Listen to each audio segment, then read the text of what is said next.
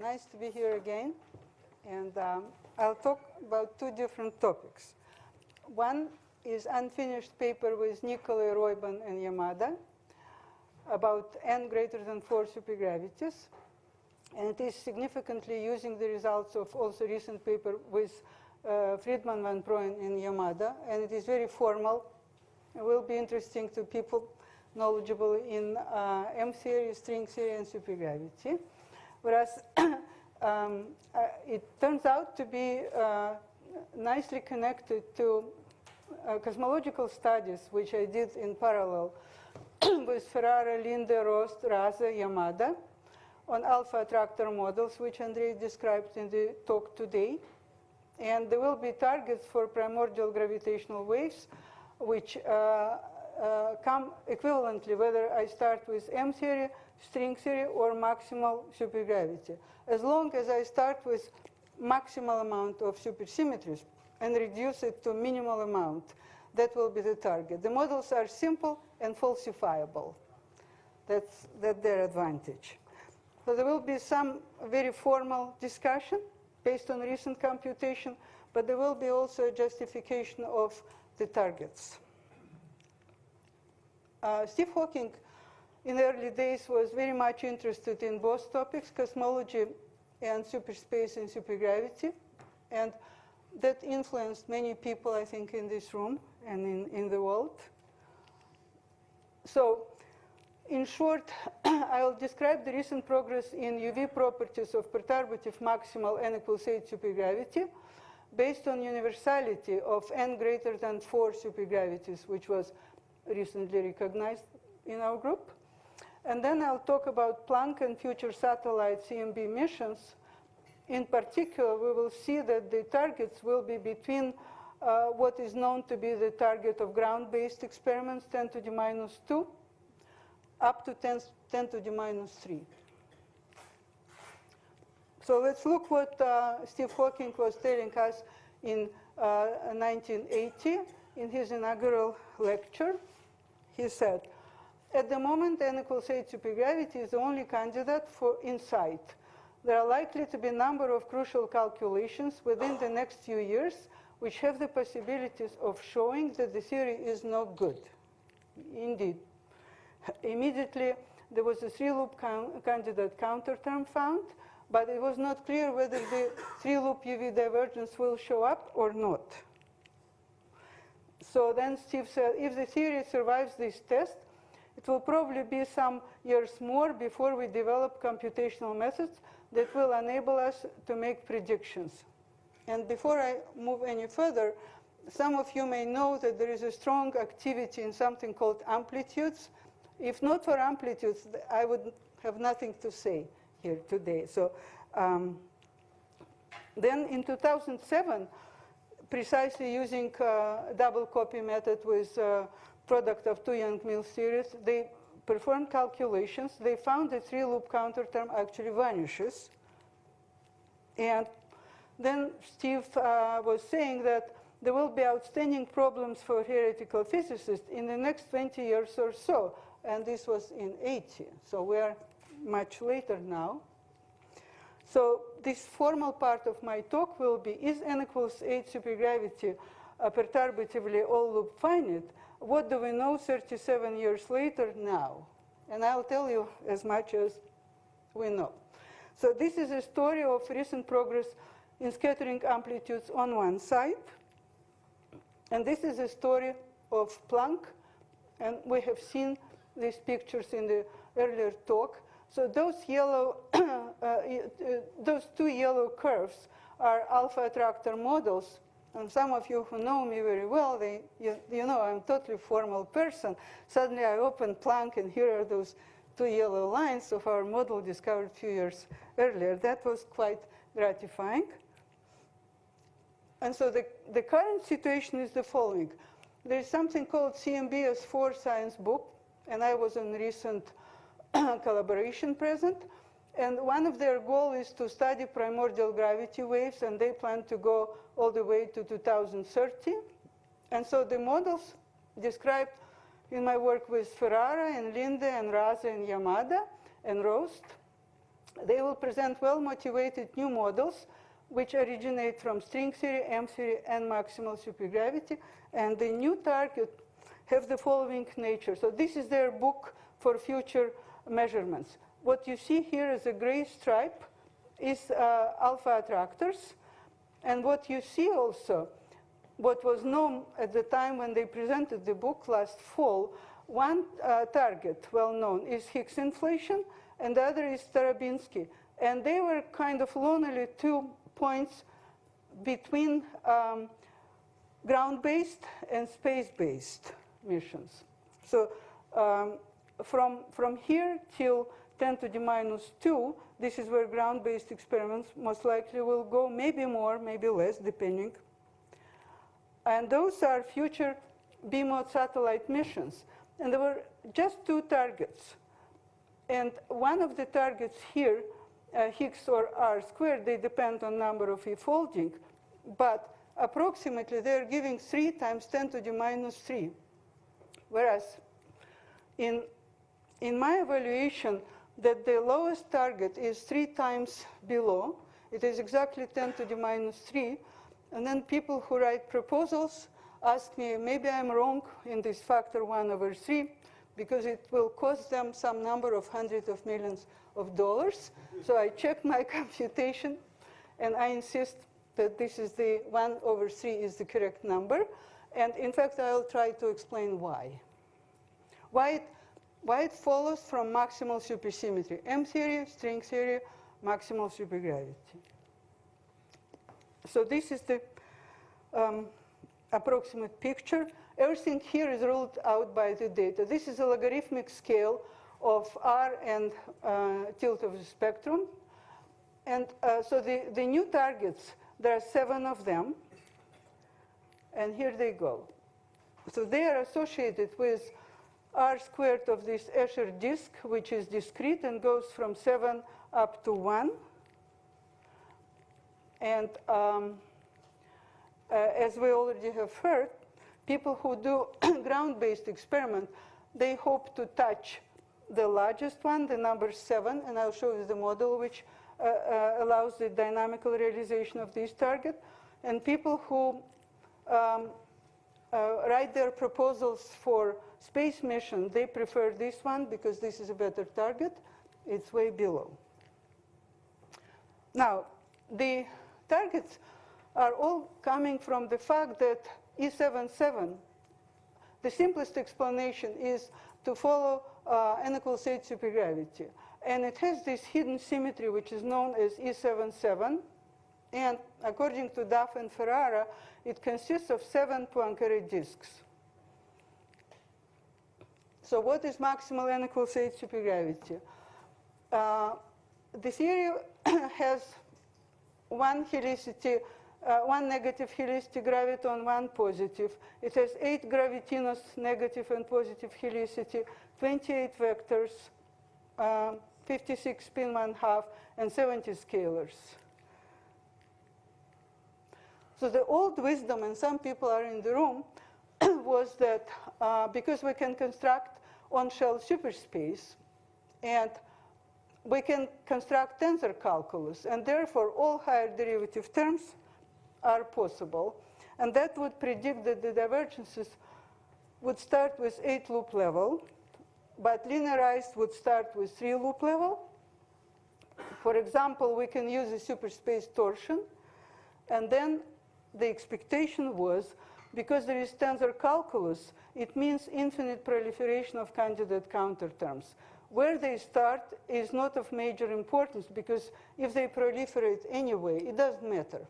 On the other hand, for our understanding of what we know and what we don't know, also because the computations are limited to low-level loop, it's good to know where they start. And there was a significant progress, computational progress in this field. So as I told you, E77, on one hand, is the hidden symmetry, which explains certain absence of UV divergences already, and everybody agrees on this up to a certain level. On the other hand, it is E77, which has 7 disks, which predicts those B-mode targets.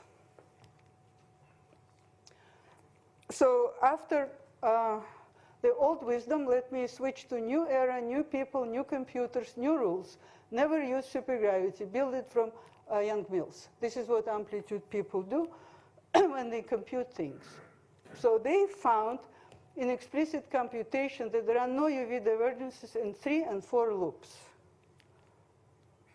At 5 loops, and this is the latest I asked them to do, so as of a couple of days ago, after many years of effort, Byrne et al. Have figured out a new double copy method that allowed them to construct n equals 8 supergravity 5-loop 4-point integrand. They are currently integrating in dimension 24 over 5, and you may have heard from Michael Green how crucial this computation will be, to see if it behaves the same way as Young-Mills or not. And not clear how long this will take. Could be tomorrow or a while from now. So what is the explanation of these facts?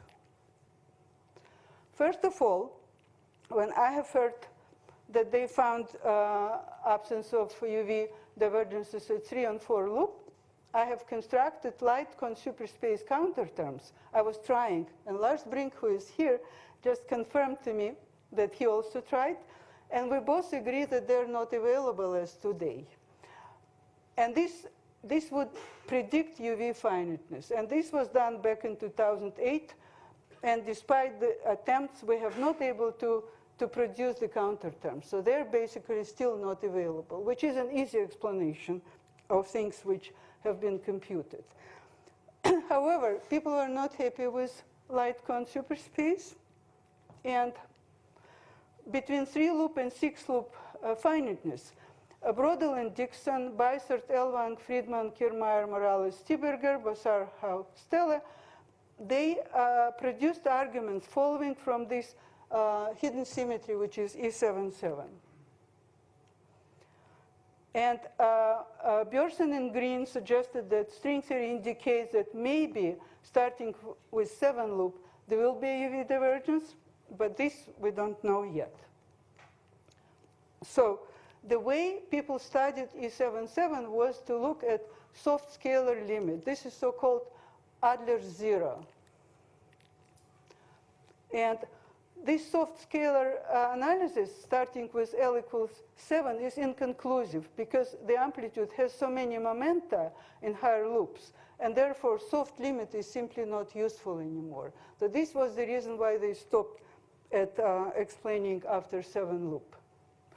But E7 symmetry also acts on vectors, and this requires current conservation. This is why it is hidden, this is why it is subtle, and this is what was happening.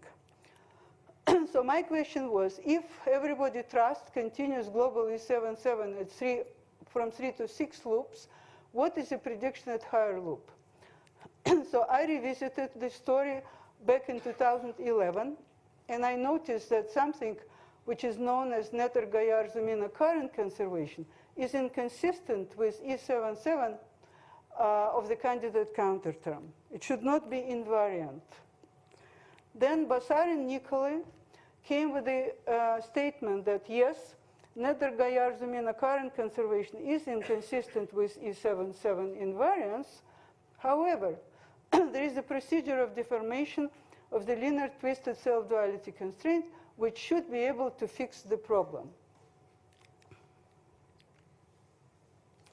And then with Carrasco and Royban, we revisited this statement, we confirmed it, and we found that there exists a modification which will explain some relatively simple model, but of course not maximal supergravity. At this point, I thought I will never ever go back again and study this model. However, in summer of 2016, I happened to be at Melbourne at SUSY 2016, and also Herman Nicolai was there at the same time, and he suggested, let us revisit this story, which we did. So a year ago, we started this story, and I hope to present the result. So what is special about hidden symmetry? The duality doublet consists, first of all, of the Maxwell field, d mu a nu, but also it consists of the derivative of the action over f mu nu. And therefore, it significantly depends on what kind of action you have. So under this symmetry, there is a transformation of the doublet like that. And so to provide this symmetry, it is necessary that the action transforms in a specific way. It should not be invariant. What the symmetry does, it flips field equations into Bianchi identities. So this is a sophisticated symmetry. And just requiring the Lagrangian to be invariant is not correct. So the new story started in 2014 when Byrne, Davis, and Denon have computed n equals 5 supergravity and found that it is UV finite at 4 loops. And for 3 years, there was no explanation whatsoever. So step 1 was, in my paper with Friedman, Van Proyen, and Yamada, we have shown that there are no anomalies at one-loop amplitudes in all these supergravities. It was also known that in n equals 4, there are anomalies.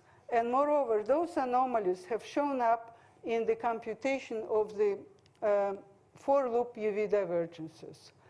However, the absence of one-loop anomalies agrees with UV finiteness of 4-loop in n equals 5. So this is where something which we started with Andy Stromiger, I don't know if he's here. We started studying black holes, and we noticed with Ferrara soon after that there is something called universality of black hole attractors. And in particular, they're always described by something known as a coset space. And to make it short, whatever E7 does for n equals 8, SO12 does for n equals 6, and SU15 does for n equals 5. The reason this universality was so important, because the computations are known in n equals 5, but we want to know what is happening in the maximal case. And because the formalism works for all of them simultaneously, that was a great advantage.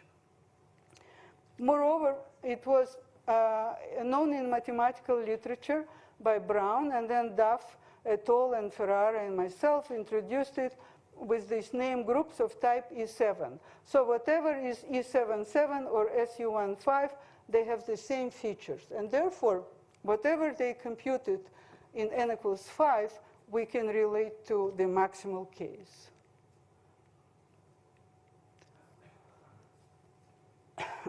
Okay, so now E77 is generalized to E7 invariant.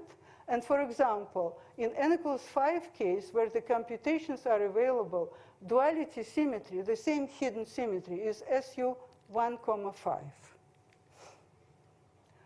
So now I'll start presenting result of this unpublished paper. And because it is somewhat significant what exactly we can say, Radu Roiban visited me at Stanford, and I just visited Hermann Nickel in Potsdam to agree about what we want to say. Our strategy is to find the reason why those UV divergences for n equals greater than 4 are absent. And the story goes that in 2011, Bossard, Stelle, Hove, and Van Hoff, sorry for omission, predicted that there is a family of counterterms. One for, they're always for the number of loop which one less than number of supersymmetries. So they predicted that for n equals 4, L equals 3, 5, 4, and 8, 7, there will be UV divergence. But the computations have been performed. Here, they were found finite, finite, and here we don't know. So that is a story. Now, n equals 4 is compromised because it has anomaly. And so we don't trust quantum theories which have anomalies.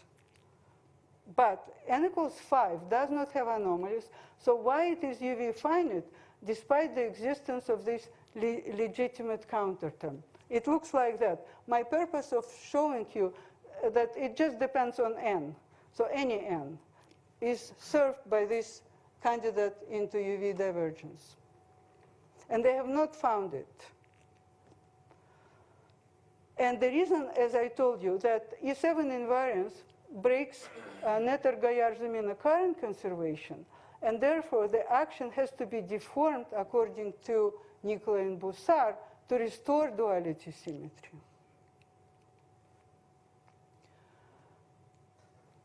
So to summarize the situation, our explanation of why they found it is like 82 for-loop diagrams. It is a huge amplitude computation. They compute the on-shell S matrix. And it's just incredible how many terms had to cancel. And for those of you who know how it works, so there are terms 1 over epsilon 4, which just signify that the UV, that subdivergences cancel. There are 1 over epsilon cubed, 1 over epsilon squared. They all cancel, and this is just a check that the computation have been done right. But 1 over epsilon, the true UV logarithmic divergence, also canceled. And so for 3 years, no explanation whatsoever. So our explanation now comes that it is this duality current conservation which requires the action not to be invariant, but to transform in a specific way, can be analyzed. And this is what we did. So this is new. And so we have constructed the complete supergravity for any n starting with 5. And this is a bosonic action, and it has duality current conservation. And so once you add the UV divergence, you have to add infinite number of derivatives to support the current conservation, which is what we did. And the answer was surprisingly simple. So if you then add to the classical theory the first UV divergence, and then you add all the required higher order terms, you can prove that this action has current conservation. And this is the answer. It's really simple. What you see, this is the lambda, the independent new coupling. And because there are inverse power of this operator, there are all higher derivatives. And so in addition to the classical action, there is a UV divergence and all higher derivative terms, and they just fit into one line. And if you take lambda equals 0, it is a classical action. So what we found, surprisingly, that this action has no supersymmetric embedding. So what does it mean? If we didn't make an error, and we believe we didn't, it means that either you have current conservation or you have supersymmetry, but not both. So what we found that SUN symmetry, which provides supersymmetric embedding, is actually on shell broken down to SON, which is not good enough. And so there is a contradiction, 10 minutes, very good, between two requirements of symmetries about which we know that both are not anomalous. So this is the computation of the 6-point amplitude. And we went back and forth, and there was, do they cancel or not? And so all of us on the West Coast, after half a year, agreed they do not cancel. And then I came to Potsdam a few days ago, and Nicolai was saying, I don't believe you. And then after he understood what exactly the procedure was, he came and he told, yes, I agree. So our current statement is that once you take into account the subtlety of hidden symmetry, which requires that in the end of the day, with all higher derivatives, there is a feature that Bianchi identity are flipped into equation of motion. Then this symmetry is implemented in the new theory. Once you have done it, you find that SUN is broken to SON. And this means that this bosonic, what you see here are two 2 vectors and 4 gravitons. And if you look at the expression, it breaks SUN to SON, which cannot happen. It cannot be part of supersymmetric amplitude. We thought for many years that even if we will construct this action with infinite number of derivatives, we will never be able to produce all supersymmetric completion because it will be too complicated. And we will always stay unresolved. But what actually happens when you add amplitudes, they don't care about the action at all. They just compute amplitudes. But the amplitudes must have had this SUN symmetry and not SON.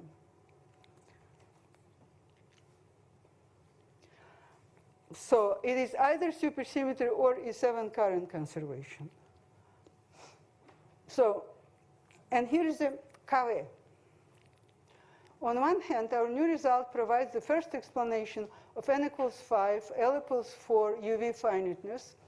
On the other hand, it appears to be very strong because, as we know, and you may have heard from Michael Green, if you want to go to higher loop, and this is a 4-point amplitude, which is our first source of deformation, you just have to insert a function of Mandelstam variables which depend on ST and U, and you increase your power.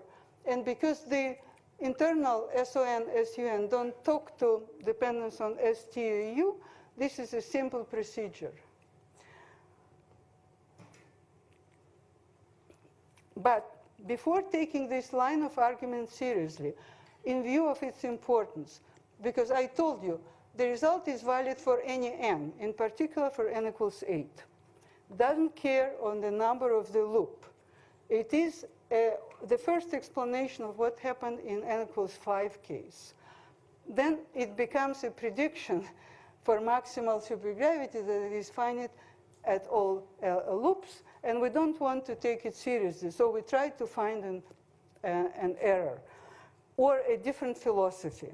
And so we decided to consider this deformation where the lambda parameter depends on gravitational constant. And so what we did, we discussed the situation where the original lambda depends on 1 over epsilon, which is a logarithmic divergence, and kappa to the power 2L. And the next will be lambda squared, which will be kappa to the 4L divided by epsilon squared. And then we did a very extensive search. We tried to find intermediate loop amplitude divergences, which would restore SUN and supersymmetry broken by a UV divergence. If we would find a restoration of supersymmetry, it would indicate that our approach with independent parameter of deformation need to be reconsidered. But so far, we did not find the restoration of SUN, and there is no indication that there is a loophole in our previous argument. So let me try to summarize where we are. We have computed the on-shell bosonic amplitudes, which result from the deformed action with E7 duality current conservation. And the deformation parameter is independent of gravitational coupling. And we found that in this approach, the on-shell bosonic amplitudes inevitably break SUN to SON. Such amplitudes do not have a supersymmetric embedding. And if E7 symmetry and supersymmetry have no anomalies, which we have all reason to believe, the only way to validate both of them is to have UV finiteness. Only in such case, there is no need for deformation with higher derivative terms. So the absence of UV divergence in case which has been computed just tells us there was no reason to have anomalies, and therefore, to protect both symmetries, we have UV divergence. So N5 for loop is experimental point supporting this picture which predicts UV finiteness, and no other explanation is available.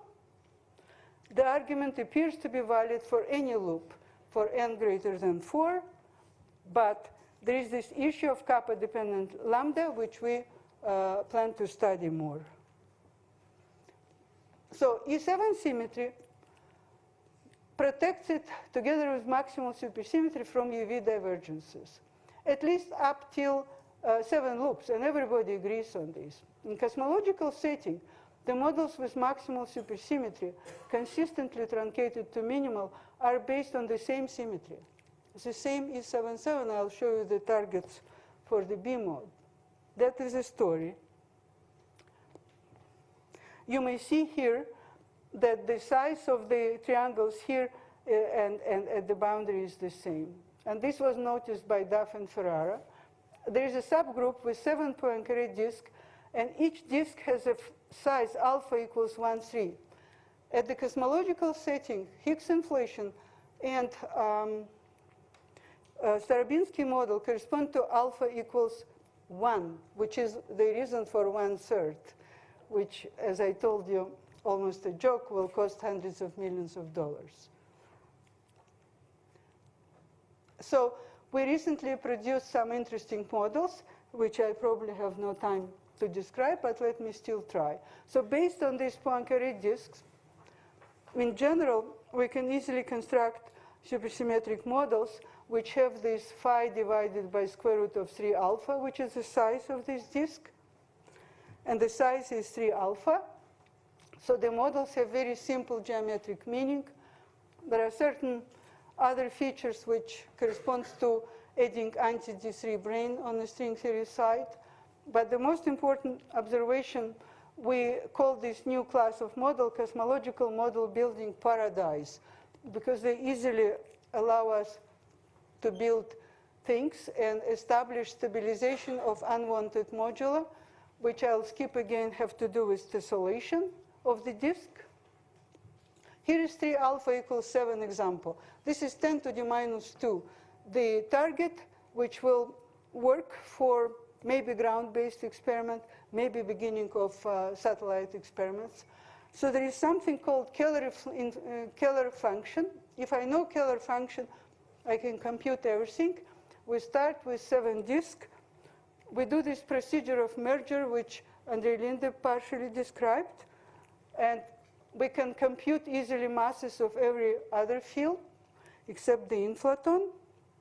And we end up, during inflation, the potential is a cosmological constant plus tangent squared, and phi is divided by square root of 14, the model has the Sitter exit from inflation, and the prediction is 10 to the minus 2.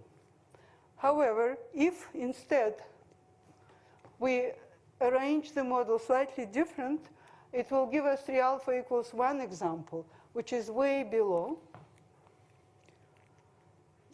And then it is slightly different configuration in the Keller function, and everything follows. And there is a dependence between the geometry and the potential, which is built into this new construction.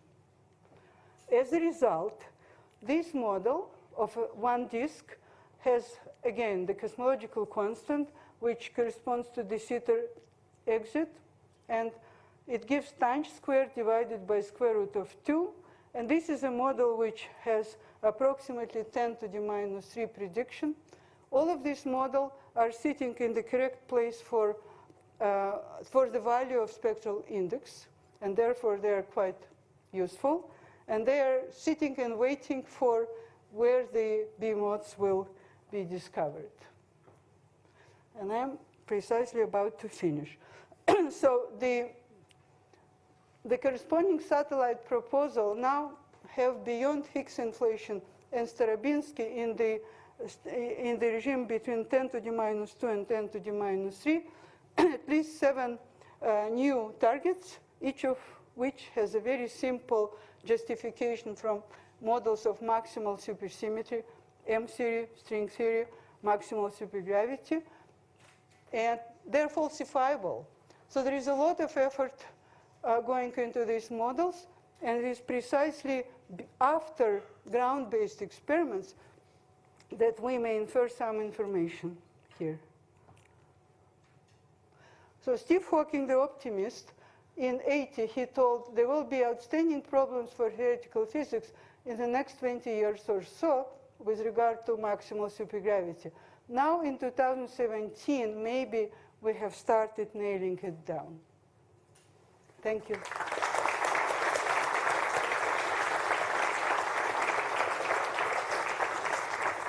Thank you very much. We're a bit behind schedule, but are there any quick questions?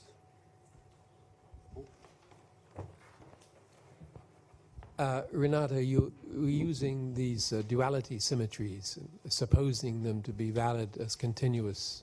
Yes. I mean, yeah. Right. Whereas, don't we know they're broken down to discrete subgroups? Perfect question. Perfect question. But you have the perfect answer, right? I do, yes.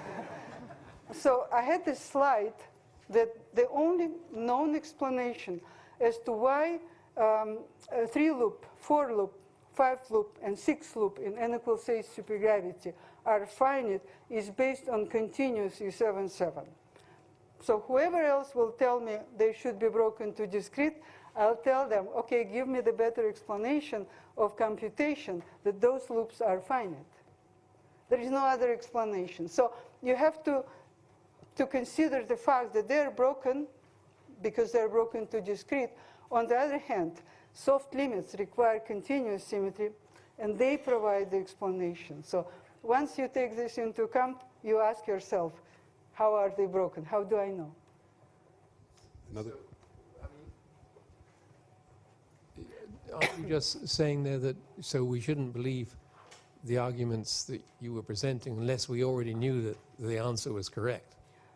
Well, I would say, looking back, because they discovered the absence of UV infinities back in 2007, 10 years later, it remains the only explanation. It is a continuous U77, which explains huge computations. And there is no other argument.